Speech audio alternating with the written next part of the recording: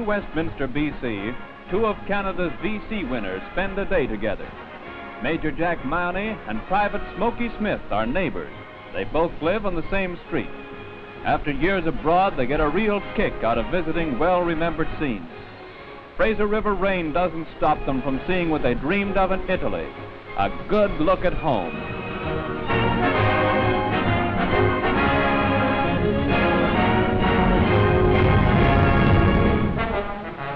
At an informal dinner, the subject of post-war plans is discussed by the two friends.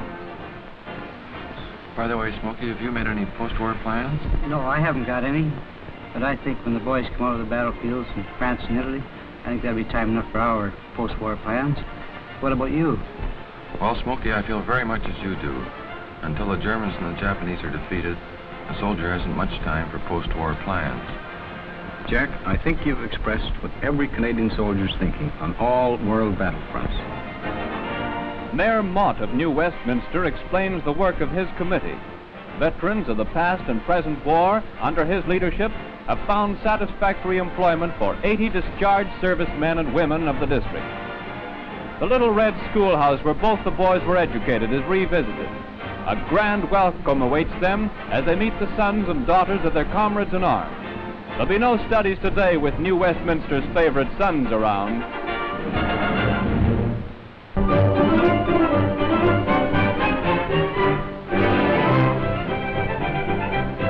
From the floods of Holland, Canadian soldiers arrive at their adopted home for a spell of leave. Since after Christmas, rotational leave from the battlefronts has been obtainable. For one sergeant, the first stop is a telephone booth. At the other end, his wife, also in the service, wastes no time in getting leave to join hubby. It's home but quickly, and into civvies to welcome her warrior. And what a welcome!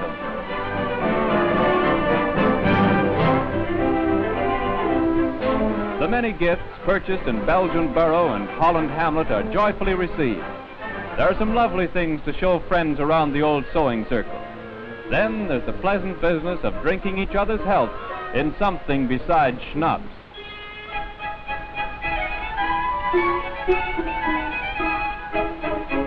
Another leave man receives a warm welcome in the home of his aunt at Rudgwick. How pleasant it is after months of campaigning to sit before the fire in a cozy English home. There's a lot of news to be told by both sides. Local gossip and tales of the field are swapped over a drop of prime vintage.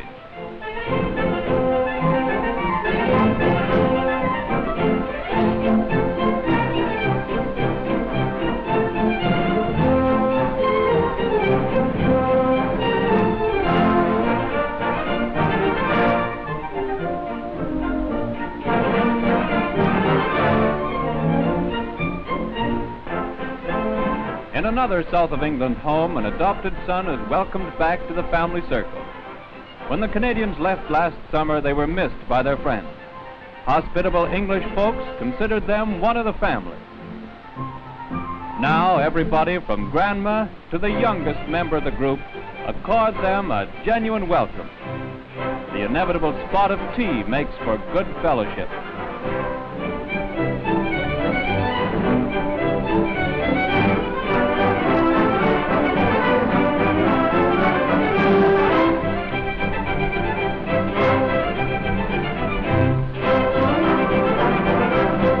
Canadian service clubs offer their hospitality to the lads who like to meet other service comrades.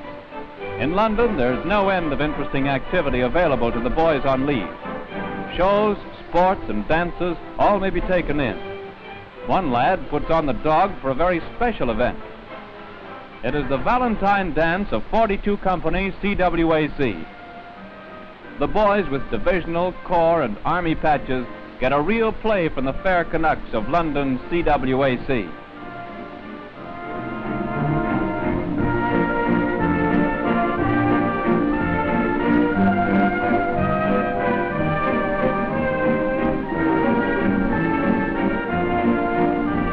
BLA leave to Blighty is a great success to all leave men. After their 7 days of heaven, they return to the front, happy, rested, and ready to go.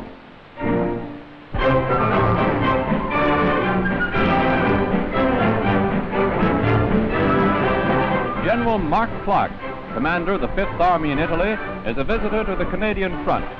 Accompanied by General Foulkes, he makes an inspection of forward positions. The tour is made in the vicinity of the Lamone River. Here the Canadians have seen some of the toughest fighting of the entire campaign. Undoubtedly, the main topic of conversation emphasizes the close liaison between Canadians and the Americans. Major General Walford, Adjutant General at MDHQ, makes an inspection of the non-effective transit depot in England.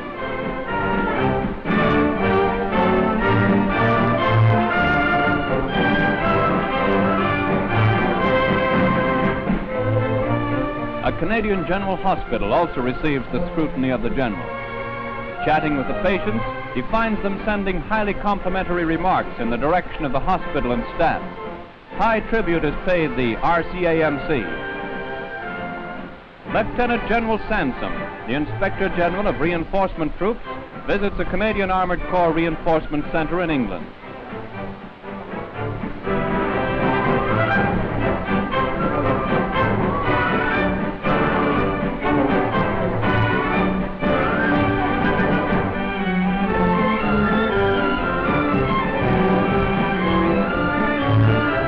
Under his watchful gaze, the newly arrived reinforcements are put through their paces.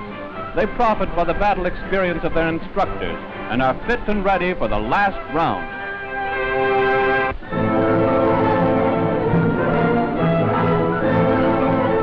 The lowly mule has come into its own amid the snow-capped peaks of the Apennines.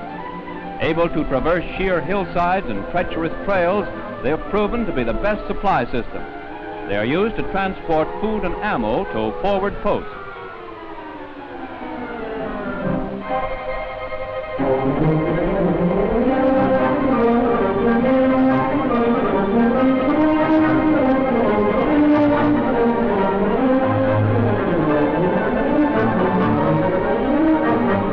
From their isolated positions, gun crews welcome the sight of the mule train. Their precious load means renewed activity for the battery.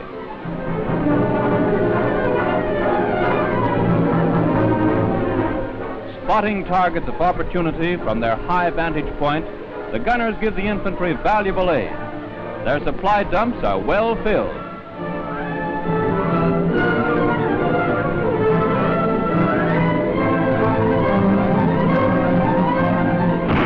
So it is in mountainous northern Italy, the old Missouri mule is playing his part in giving Jerry the jitters.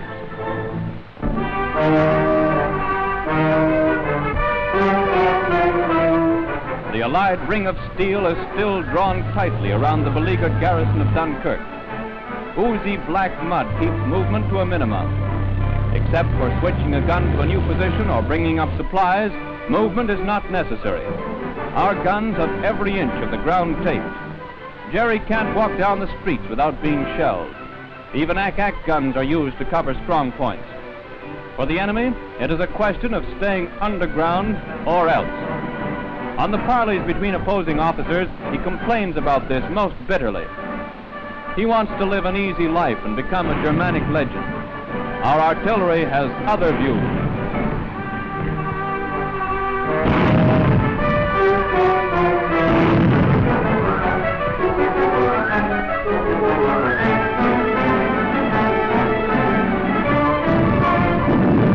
With submarines occasionally sneaking in supplies and a great underground storehouse well stocked, the enemy still expects relief from the east. German radio even marries by proxy girls in Germany to soldiers in the garrison. What they forget to mention is that von Rundstedt is fighting for his life before the Rhine. The only relief for Fritz will be an Allied shell.